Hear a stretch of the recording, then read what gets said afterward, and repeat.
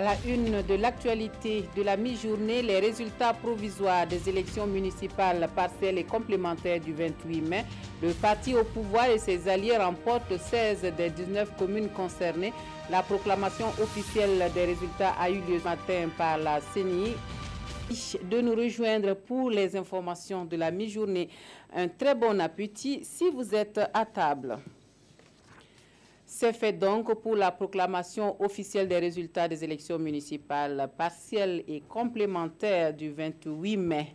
57% de taux de participation, 814 sièges à pourvoir. Le MPP et ses alliés se taillent la part de Lyon. Le parti au pouvoir remporte donc 16 des 19 communes concernées par ces élections municipales partielles et complémentaires. Quelques difficultés ont émaillé ces élections, notamment à Adem-Tenga et à Dandi. Le président de la CENI estime que tout s'est bien déroulé dans l'ensemble, comme vous le voyez ici dans les images. Et puis des résultats provisoires contestés à Dandé par les partisans du NTD sur les 20 sièges à pourvoir dans la commune. 10 sont remportés par le MPP, le parti majoritaire, 5 par la DFRDA et le NTD, qui est la partie plaignante, donc obtient 5 sièges. Des résultats qui font polémique, nous disent Mannequin Hien et Hadi Sandamba. Ne s'aimez pas quelque chose. Encore non,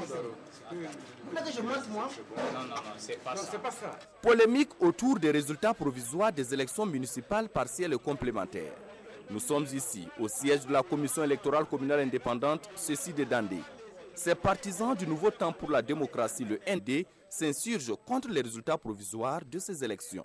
Ils ont pris le nombre de votants au niveau de la commune et puis attribué les sièges pour dire que le MPP a 10 sièges. Et cela n'est pas normal. Il y a des situations qu'il ne faut pas laisser passer. Le fait même de donner des résultats de façon globale à une élection municipale, c'est déjà une dérapage. Après les différents dépouillements et la compilation des résultats, le MPP obtient 10 sièges de conseillers contre 5 pour le NTD et 5 autres pour la DFRDA. Et le problème ici, c'est que les manifestants exigent ces résultats encore plus en détail. Nous, en tout cas, on veut que les résultats soient donnés village par village. Parce que nous avons vécu le cas l'année passée. Ils ont donné les résultats de façon globale, que ce sont des résultats provisoires. Et au fini, c'était les résultats provisoires qui étaient maintenus. Nous avons peur aujourd'hui à ce qu'on donne des résultats provisoires de façon globale et demain on maintient ces résultats provisoires-là comme ça. Face donc à la situation, la CECI va procéder à une proclamation des résultats village par village. Et là aussi, les partisans du NTD vont s'opposer aux résultats du village de Dandé. Dandé où le MPP a obtenu 2 sièges contre 2 pour le NTD et 1 pour la DFRDA. C'est donc dans cette ferveur que les membres de la CECI vont être escortés hors du lieu de la manifestation. Mais en dehors de cette polémique, le scrutin s'est déroulé sans aucun incident sur l'ensemble des 5 villages qui composent donc cette commune rurale.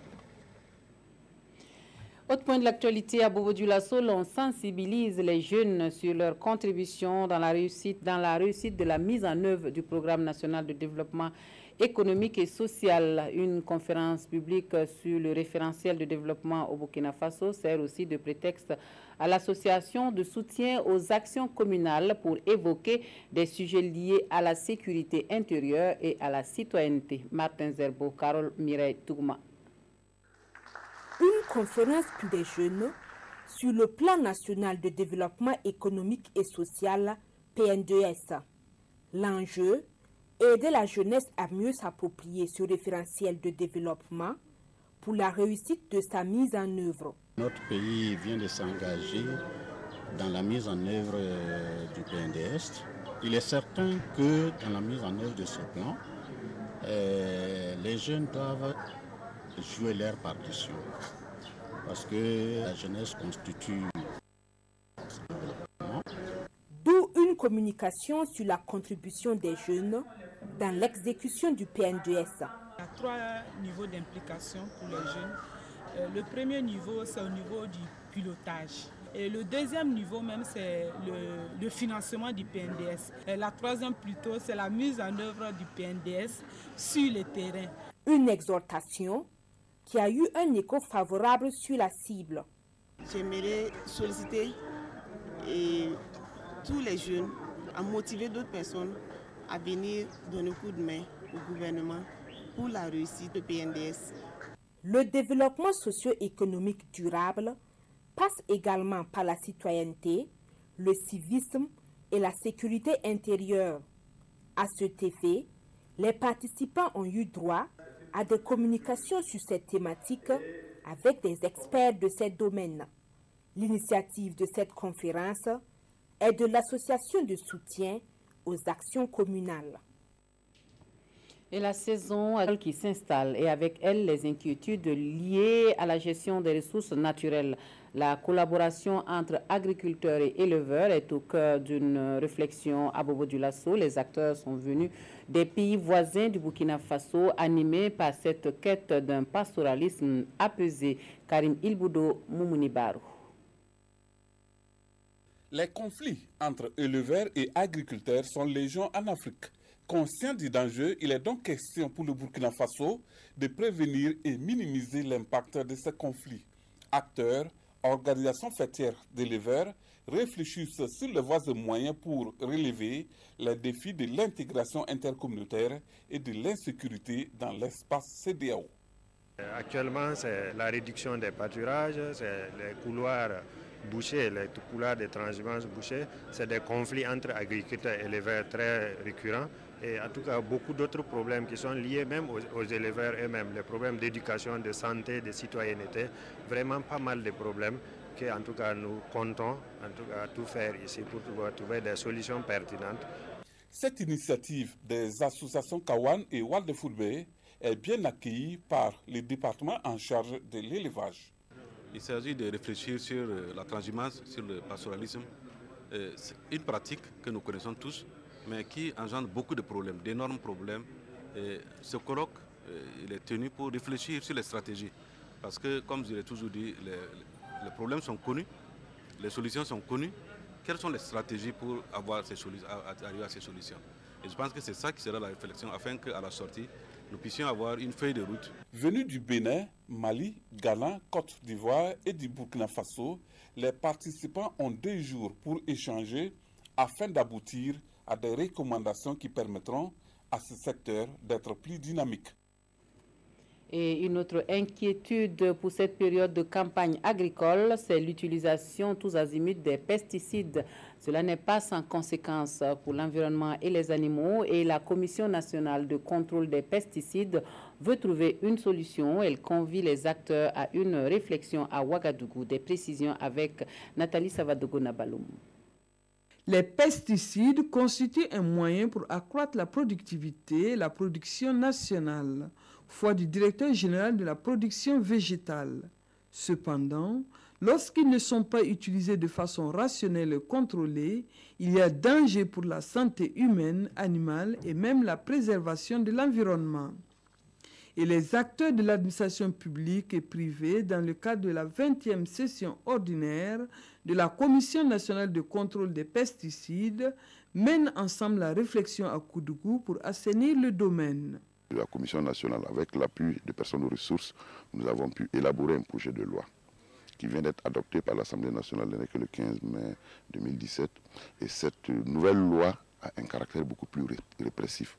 Parce que nous sommes passés par l'information, nous sommes passés par la sensibilisation, nous avons des organes au niveau régional pour donc accompagner le processus de contrôle des pesticides.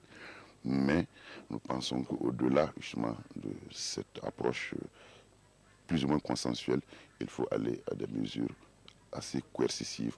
Cette 20e session placée sous le thème « Quelle responsabilité de l'État pour une utilisation écologiquement rationnelle et sécurisée des pesticides » est une invite des structures administratives, des partenaires au développement et de tous les acteurs concernés pour une participation active et conséquente dans la gestion de tous les produits chimiques.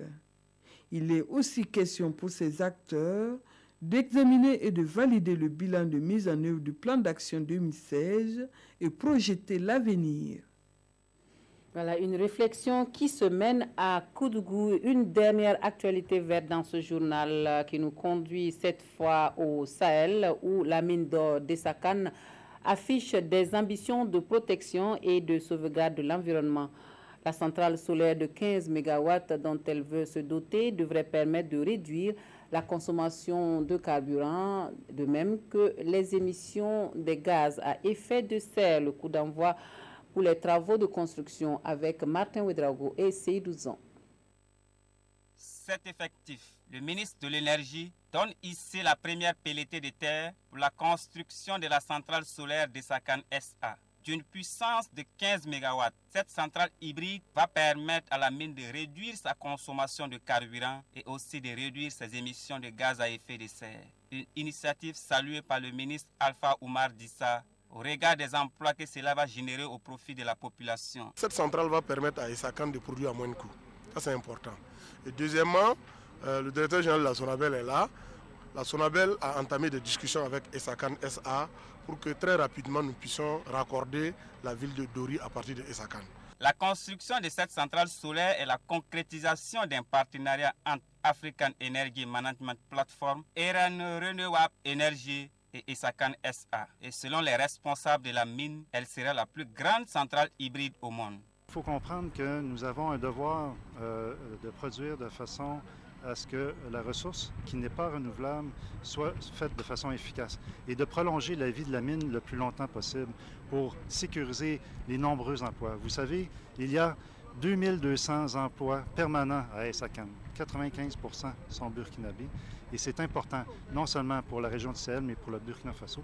C'est la compagnie Essakan Solar SAS qui sera chargée de l'exploitation de la centrale solaire. Elle vendra donc l'énergie à la mine pendant 15 ans au minimum. La mise en service de la centrale solaire est prévue à la fin de l'année 2017. Et la Corée du Nord est désormais une priorité de la communauté internationale, déclare le Premier ministre japonais qui exige une réaction concrète avec les États-Unis face à la menace nord-coréenne. La réponse de Kim Jong-un est invariable. Un autre tir de missile balistique.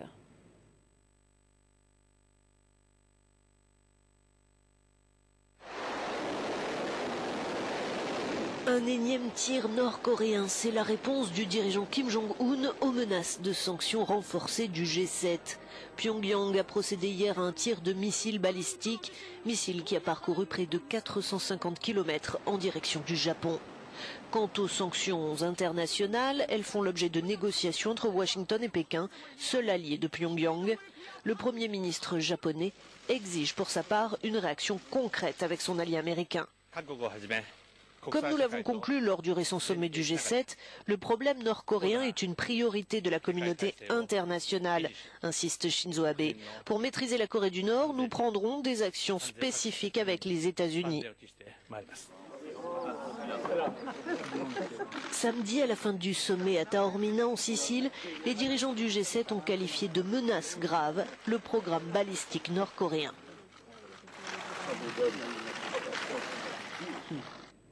Les élections municipales complémentaires et les grèves dans l'administration publique sont les sujets principaux traités par les quotidiens de ce lundi au Burkina Faso. La revue de presse des quotidiens est signée Vincent Kendrebego. Élections municipales partielles et complémentaires, l'ensemble des quotidiens rapportent un scrutin apaisé dans les différentes localités. Selon Aujourd'hui au Faso, affluence et discipline étaient au rendez-vous à Bekedo, et pas de coupe ou de hache à Karangasso-Vigué. Le taux de participation constituait l'enjeu de ces élections, à en croire l'observateur Palga, au regard d'une faible affluence des électeurs dans plusieurs bureaux de vote visités par le journal. La raison pourrait être tout simple, la population en a marre, elle est découragée des politiques, propos d'un citoyen rapporté par l'Obs. Et citoyen d'ajouter que passé les élections, une autre étape reste à franchir, la mise en place des bureaux des conseils municipaux, et il faut que les responsables des partis politiques travaillent à nous éviter la guéguerre de l'année dernière. que les intensifères fassent recours à la voie légale et que sanctions soient infligées aux éventuels fautifs. Vers un cessez-le-feu, titre l'Observateur Palga à propos de la grève des agents du Trésor. Selon le journal, le syndicat et le gouvernement devaient signer un accord hier après-midi, mais jusqu'à tard dans la soirée, des tractations étaient toujours en cours entre les deux parties. Et selon Aujourd'hui au Faso, d'autres grèves se profilent à l'horizon. C'est le cas des agents des péages qui ont déjà émis leur préavis. Et la question des grèves à répétition s'invite à l'Assemblée nationale où Salifou Diallo appelle le gouvernement à faire preuve de fermeté, nous indique le pays. Voilà, on s'arrête ici pour les informations de la mi-journée. Merci